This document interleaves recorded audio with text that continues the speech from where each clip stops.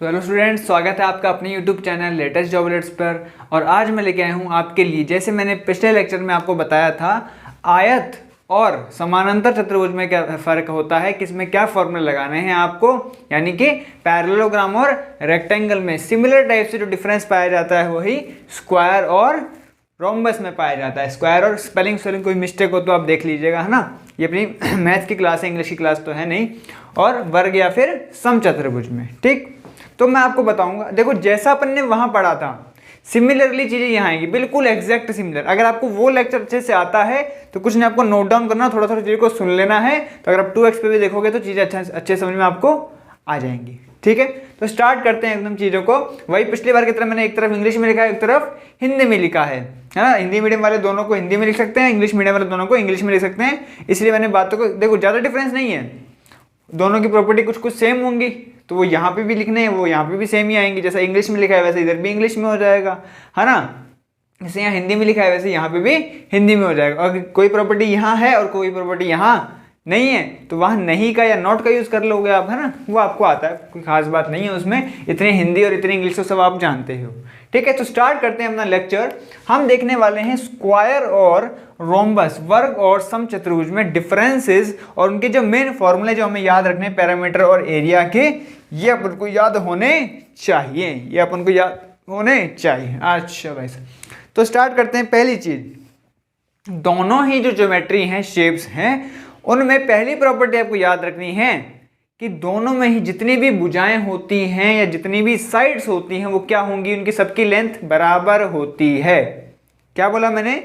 इनकी चारों भुजाएं क्या होंगी? बराबर। चारों भुजाएं क्या होंगी इनकी? बराबर, यानी कि ऑल साइड्स आर इक्वल, है ना। सभी भुजाएं क्या होंगी? बराबर होती हैं या समान होती हैं। पहली समझ में आ गई। अगर मैं बोल रहा हूं कि अगर ये लेंथ L है तो सारी लेंथ कितनी हो जाएंगे भाई साहब? L ही हो गया। अगर आपको कोई भी एक साइड दे दी जाए तो क्या चारों साइड निकाल पाओगे? क्यों निकाल पाओगे? कैसे निकाल पाओगे? बिकॉज इसकी एक प्रॉपर्टी है कि भैया दोनों में ही, चाहे रोम्बस हो, चाहे स्क्वायर हो, चाहे वर्ग हो, चाहे समचतुर्भुज हो, दोनों में ही उनकी सभी भुजाएं क्या समान होती हैं। और अगर एक भी भुजा मुझे दे दी गई, यानी कि मुझे सारी भुजाएं दे दी गई, क्योंकि इस प्रॉपर्टी को मैं जानता हूं। अगर किसी बच्चे को ये प्रॉपर्टी नहीं पता है तो उसे लगेगा कि सर एक ही भुजा दी गई है तो बाकी भुजाएं कैसे निकाली जाएं, है ना।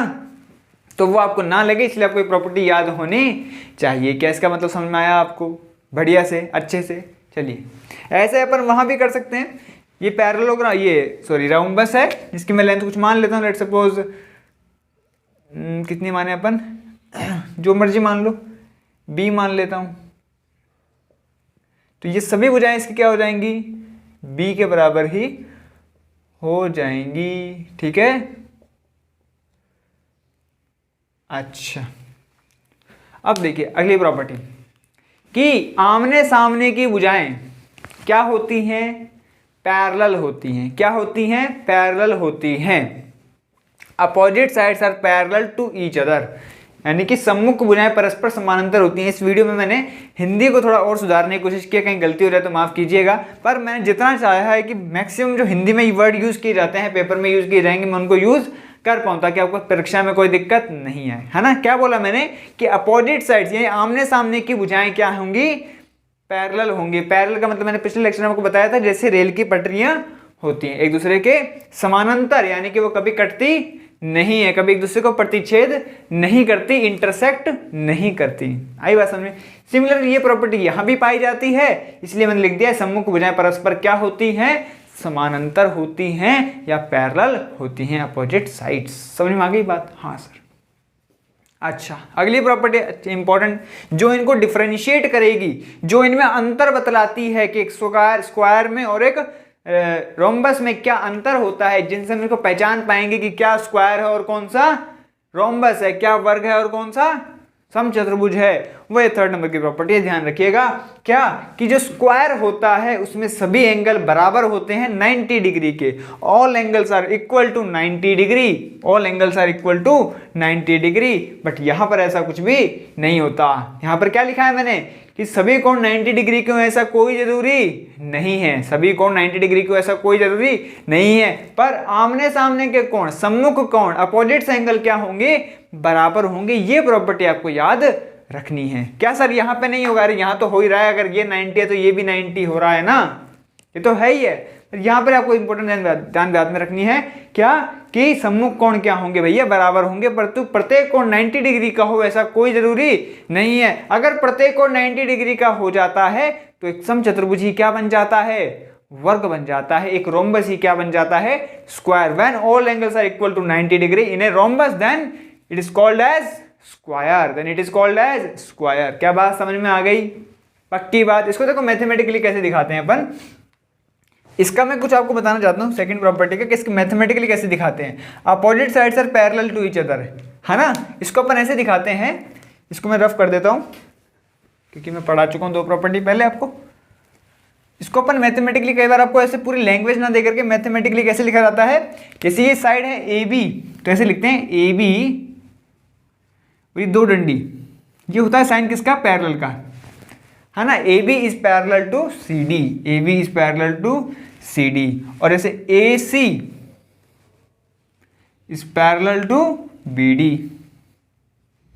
ठीक है, इसको मैथमेटिकली ऐसे लिखा जाता है। मैं शॉर्ट फॉर्म में भी लिख सकता था, पर अभी आपका इनिशियल स्टेज है तो मैंने पूरा उसको लैंग्वेज में लिखा। मैथमेटिकली अपन इसको ऐसे लिख देते हैं। सिमिलरली यहाँ पे भी लिख सकते हैं। बताओ, यहाँ पे आप लिख सकते हो ना कि P Q is parallel to S R and P S is parallel to Q R. Clear है बात? ठीक है। अब जो ये प्रॉपर्टी है all angles are equal to 90 degree, इसको मैथमेटिकली कैसे लिखते हैं अपन? इसको ऐसे लिखते हैं भैया स्क्वायर के लिए, जो किसी के लिए भी कि ये सभी कोण है, ये क्या है? बराबर हैं और 90 डिग्री के हैं।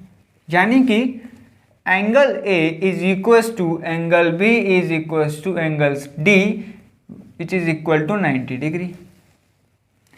क्या बात समझ में आ गई? देखो, अगर आपको कॉन्सेप्ट समझ में आ गया, प्रॉपर्टी समझ में आ गई, तो सवालों का कुछ नहीं, बस फॉर्मूला लगाना है आपको, जस्ट झट से आंसर आ जाएगा। पर फॉर्मूला ही नहीं याद या फॉर्मूला ही नहीं पता तो फिर कहाँ से आंसर आएगा, है ना। तो ध्यान सुनना है, लेक्चर को याद रखना है आपको। तो ऐसे अपन इसको बता देते हैं मैथमेटिकली। ऐसे ही अपन यहाँ बोल सकते हैं कि इसके क्या होते हैं? सभी कोण 90 डिग्री के हों, ऑल एंगल्स क्या हो? 90 डिग्री के। ऐसा कोई रिक्वायरमेंट नहीं है, कोई नेसेसिटी नहीं है हमारे पास। पर जो अपोजिट एंगल होते हैं, जो सम्मुख कोण होते हैं, वो बराबर होते हैं। इसका मतलब मैं यहाँ ये लिख सकता हूँ, इसको मैं अगर मिटा दूँ कि भैया एंगल P, ये P था ना, angle P is equal to angle R, angle P is equal to angle R and angle Q is equal to angle S। लिख सकता हूँ ना। सिमिलरली यहाँ लिख सकता हूँ मैं second property, PQ is parallel to SR and PS is parallel to QR। ठीक है, समझ में आ गई बात?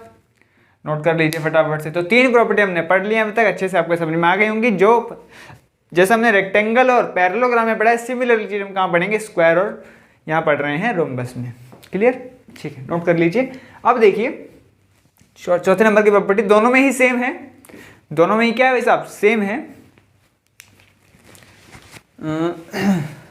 Diagonals bisect each other perpendicularly, diagonals bisect each other perpendicularly. यहाँ पे क्या है? विकर्ण एक दूसरे को लंब संधि विभाजित करते हैं। ये मैं आपको बता चुका हूँ, कोई ज़्यादा एक्सप्लेन करने की रिक्वायरमेंट नहीं होनी चाहिए। क्या कि जो डायगोनल्स होते हैं, इसका डायगोनल क्या होगा? ये, इसका डायगोनल क्या होगा? ये होगा।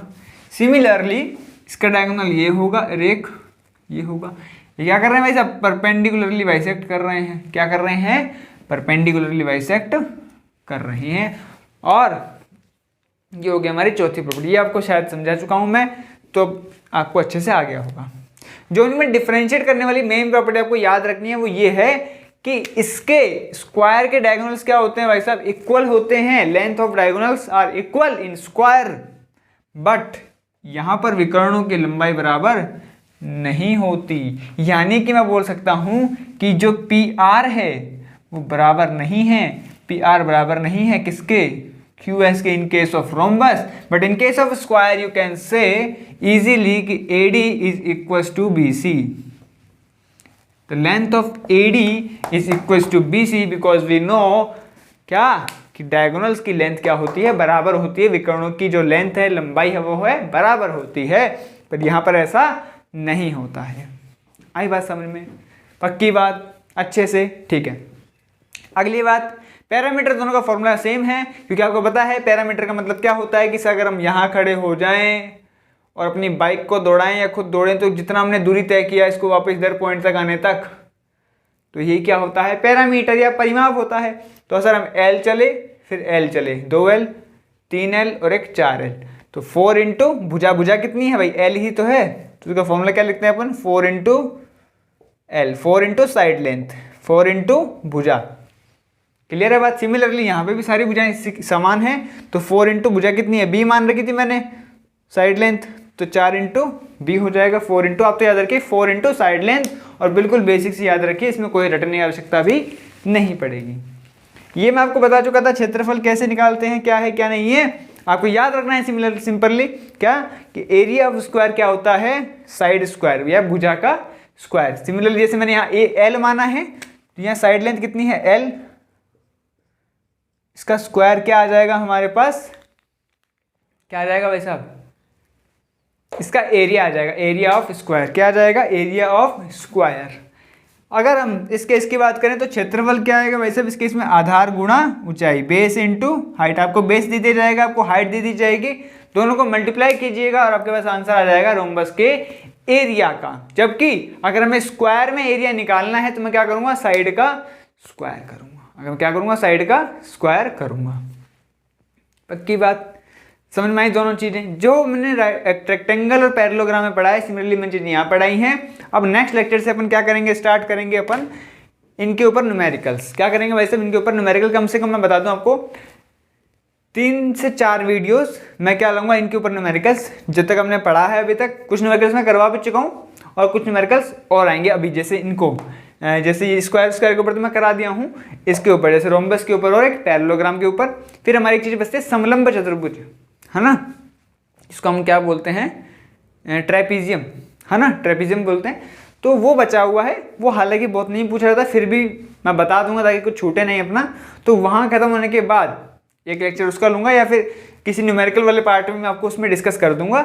और उसके बाद हम स्टार्ट करेंगे क्या, न्यूमेरिकल करने के बाद 3-4 न्यूमेरिकल के बाद 3D ऑब्जेक्ट्स। अभी जो भी हमने ऑब्जेक्ट्स पढ़े हैं 2D ऑब्जेक्ट्स हैं, और मैक्सिमम आपके क्वेश्चन जो पेपर आता है उसमें 2D ऑब्जेक्ट्स ही पूछे जाते हैं। पर अगर कुछ अनहोनी हो जाए, है ना, कि अगर कोई सिंपल क्वेश्चन पूछ रहे 3D ऑब्जेक्ट से, तो जो सिंपल 3D ऑब्जेक्ट्स हैं जैसे क्यूब हो गया, क्यूबॉइड हो गया, ये सब मैं आपको कुछ कुछ इससे फॉर्मूला इनके बता दूंगा, और कुछ एग्जांपल्स 1-2 लेक्चर में आपको लेके बता दूंगा, ताकि आपको इनके साथ फैमिलियर हो जाओ आप, और अगर क्वेश्चन आता है बाई चांस तो आप उसको अच्छे से हैंडल कर पाओ। ठीक है, उसके बाद अपन स्टार्ट करेंगे जो नेक्स्ट टॉपिक होने वाला वो रहेगा ट्रिग्नोमेट्री। क्या होगा, ट्रिग्नोमेट्री। तो थोड़ा सा आप कहीं से देखिएगा, कुछ कुछ आपको हिंट मिल पाए, ताकि आपको जब मैं पढ़ाऊंगा तो आपको ज़्यादा अच्छे से समझ में उसको आएगा। क्लियर ले बात, इसको लिख लीजिएगा अच्छे से। और नेक्स्ट जो लेक्चर होगा उसमें अपन, हमारा टॉपिक बचेगा तो इसके ऊपर न्यूमेरिकल्स और एक ट्रेपीजियम, और उसके बाद कौन सा, 3D ऑब्जेक्ट्स कुछ कुछ। तो ये 3 टॉपिक हमारे बाकी हैं, टॉपिक तो 2 ही हैं। तो स्टूडेंट्स देखिएगा इसको ध्यान से एक बार, जो मैंने पहले पढ़ाया है वो आप नोट कर लीजिएगा अच्छे से। एक कुछ इंपॉर्टेंट बात मैंने आपको बतानी थी, वो क्या है, जो इससे पहले वाला लेक्चर था उसमें मैंने आपको समानांतर चतुर्भुज या पैरेललोग्राम बताया था। इसमें एक लाइन थोड़ी सी मैंने गलत बोल दी थी, क्या, कि जो डायगोनल्स होते हैं वो बाइसेक्ट करते हैं परपेंडिकुलरली। बाइसेक्ट तो करेंगे, वो बात अभी भी सच है, आयत हो चाहे पैरेललोग्राम, दोनों बाइसेक्ट तो करते हैं, पर परपेंडिकुलरली बाइसेक्ट वो नहीं करते। तो उसको आप थोड़ा करेक्ट कर लेना कि जो अपने डायगोनल्स हैं they will bisect each other but not perpendicularly in the both the cases, या तो पैरेललोग्राम हो चाहे वो आयत हो, है ना। और जो फॉर्मूला लिखाया था, जो मैंने वो फॉर्मूला लिखाया था वो भी ठीक है, पर उसमें कुछ टर्म और ऐड होगी जो कि आपके सिलेबस में इतना यूज में नहीं आता है ना, क्योंकि आपके सिलेबस में सदिश या वेक्टर फॉर्म नहीं है। तो आपको जो फॉर्मूला याद रखना है वो आपको याद रखना है सिंपली बेस इंटू हाइट वाला। बेस इंटू हाइट फॉर्मूला हो जाएगा किसका, समानांतर चतुर्भुज का, पैरेललोग्राम का। एक तो बात ये इंपॉर्टेंट है। दूसरा, समचतुर्भुज का जो फॉर्मूला है मैंने आपको लिखाया था बेस इंटू हाइट, वो भी अप्लाई कर सकते हो। इसका अनदर फॉर्मूला है जो अभी लिखाया था ना बेस इंटू हाइट, वो भी सही है। कई बार हमें क्या देता है, प्रोडक्ट ऑफ डायगोनल्स दे देता है, या फिर विकर्णों का गुणनफल दे दिया जाता है, या विकर्ण दे दिए जाते हैं। तो उन दोनों का प्रोडक्ट करो और उसका हाफ कर दीजिए, तो क्या मिल जाएगा आपको, रोम्बस का एरिया मिल जाएगा। यानी कि रोम्बस का एरिया निकालेंगे, 2 फॉर्मूले हो गए हमारे पास, बेस इंटू हाइट, और another method is when diagonal is given then we can use product of diagonal divide by t, विकर्णों का गुणनफल डिवाइड बाय 2। आई बात समझ में। तो ये थोड़ा सा करेक्शन है, इसको सही कर लेंगे। ठीक है, फिर मिलते हैं अपन नेक्स्ट लेक्चर में।